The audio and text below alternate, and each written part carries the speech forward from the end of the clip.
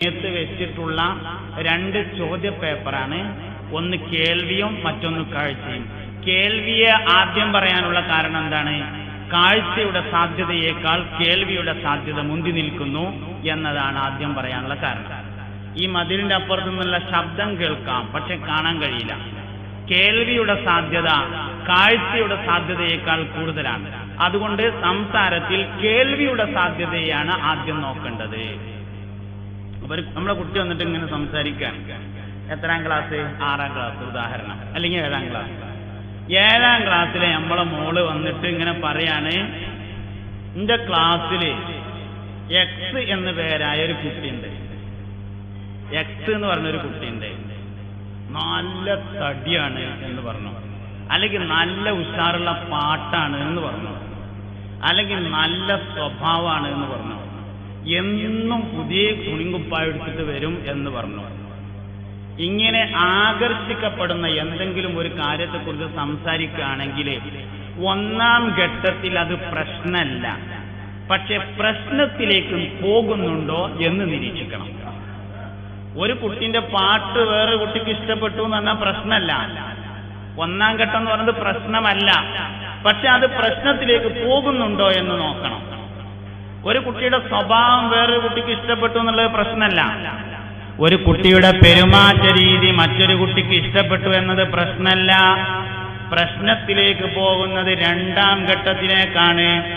ഇഷ്ടപ്പെട്ട ആളുടെ കൂടെ കൂടുതൽ സമയം ചെലവഴിക്കാൻ താല്പര്യം തോന്നുന്നതാണ് മുലാഖാത്ത് എന്ന് പറയുന്ന 2ാം ഘട്ടം.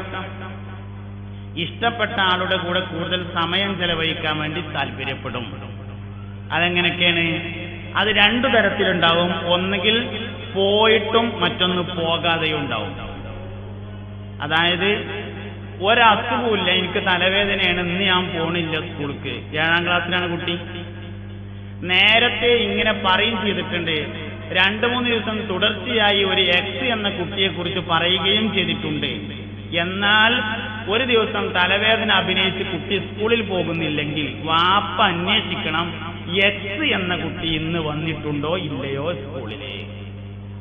കാരണം നമ്മൾ പറഞ്ഞ 2ാം ഘട്ടം മുലാഖാത്ത് എന്ന് പറഞ്ഞത് പോയിട്ടുമാകാം പോകാതെയും ആവാം, തുല്യമാവാനുള്ള ഒരു ശ്രമമാണ്. ആ തുല്യമാവാനുള്ള ഒരു ശ്രമം എന്ന് പറഞ്ഞത് ഒന്നുകിൽ പോയി കൊണ്ടാവും. അതാണ് ഞാൻ നേരത്തെ പറഞ്ഞ ഉദാഹരണം. സ്ഥിരമായി 9:35 ബസ്സിനാണ് പോയിരുന്നത്. ആ ബസ്സിൽ തിരക്കാണെന്നോ മറ്റോ കാരണം പറഞ്ഞിട്ട് നാളെ മുതൽ ഞാൻ 9:50 പോണത് എന്ന് പറയുമ്പോ 9:50 പോക്കുമാറ്റിയ വേറെ ആരെങ്കിലും ഉണ്ടോ എന്നതും, നേരത്തെ ശബ്ദം ആകർഷിച്ചിരുന്നു, സ്വഭാവം ആകർഷിച്ചിരുന്നു, സംസ്കാരം ആകർഷിച്ചിരുന്നു എന്ന് പറഞ്ഞ കുട്ടിയും അതുപോലെ ചെയ്യുന്നുണ്ടോ എന്നും വാപ്പയും ഉമ്മയും നിരീക്ഷിക്കേണ്ടതുണ്ട്. വാപ്പിമ്മി ആവുക എന്ന് പറഞ്ഞാൽ ഭയങ്കര പ്രയാസമുള്ള കാര്യമാണ്.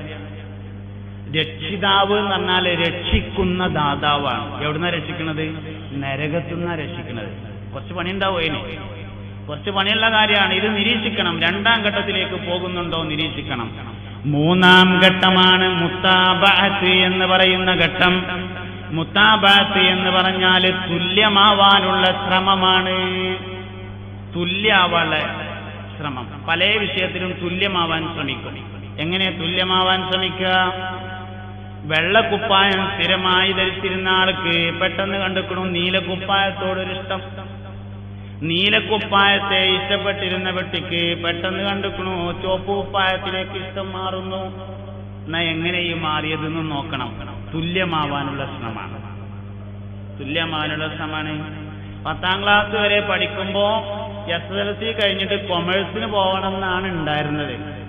ഇടക്കാലത്ത് വെച്ചിട്ട് അത് ഹ്യൂമാനിറ്റീസിന് പോയാൽ മതി എന്ന് മാറുകയാണെങ്കിൽ ക്ലാസ്സിൽ വേറെ ആർക്കെങ്കിലും ഇങ്ങനെ മാറിയിട്ടുണ്ടോ നോക്കണം എന്ന്. തുല്യമാവാനുള്ള ശ്രമമാണ് 3ാമത്തേത് മുത്താബഅത്ത്. 5 ഘട്ടങ്ങൾ കഴിയാതെ ഒരു കുട്ടിയും ചാടിപ്പോവില്ല, ഒരു കുട്ടിയും ചാടിപ്പോവില്ല.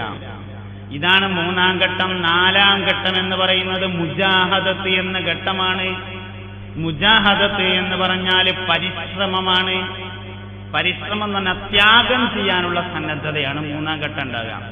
സ്കൂൾക്ക് പോകുമ്പോൾ സ്ഥിരമായിട്ട് ഓരോ പേനയെ കൊണ്ടുപോയിരുന്നത് പെട്ടെന്ന് കണ്ടുക്കണു 2ഉം 3ഉം പേനയിട്ട് പോകണു. എന്തിനാ? എന്തിനാന്ന് ചോദിച്ചോ പറഞ്ഞു പേനില്ലാത്ത ആർക്കെങ്കിലും എഴുതാൻ കൊടുക്കാലോ. കേൾക്കണുണ്ടോ നിങ്ങള്? മുജാഹദത്താണത്, പരിശ്രമമാണ്. അങ്ങനെ മാത്രല്ല, സ്കൂളിട്ട് വന്നപ്പോ വേറൊരു കുട്ടിന്റെ നോട്ടീസ് തികച്ച് വന്നിട്ടുണ്ട്. എന്തിന്?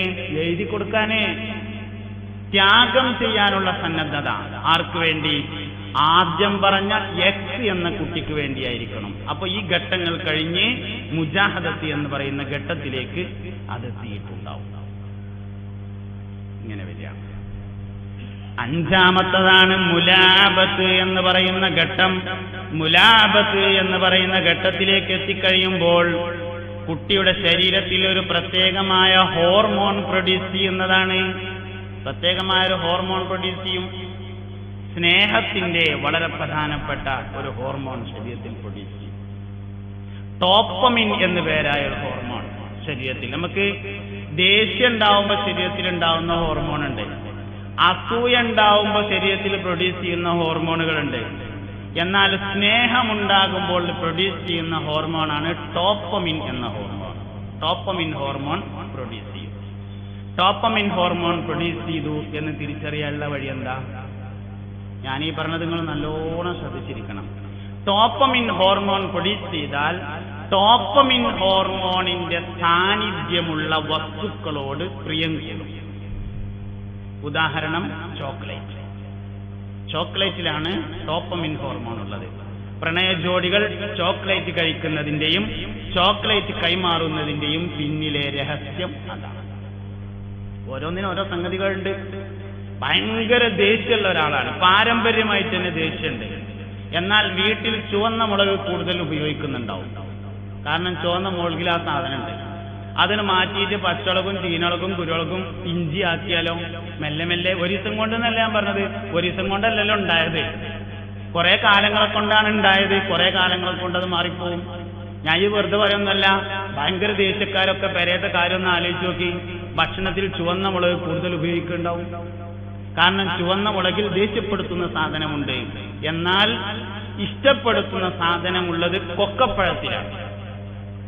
40,000 ടണ്ണ് കൊക്കപ്പഴമാണ് കൊക്കക്കോള കമ്പനി ഇന്ത്യയിൽ ഒരു വർഷം ഇറക്കുമതി ചെയ്യുന്നത്. കൊക്കക്കോളയിൽ ചേർക്കാൻ വേണ്ടി മാത്രം. അങ്ങനെ ഓരോ സാധനങ്ങളിലുണ്ട്. ഈ ഡോപ്പമിൻ ഹോർമോൺ ഏറ്റവും കൂടുതൽ അടക്കം ചെയ്തിട്ടുള്ള സാധനമാണ് ചോക്ലേറ്റ് എന്ന് പറയുന്നത്. അതുകൊണ്ട് ചോക്ലേറ്റിനോട് താല്പര്യം വരും.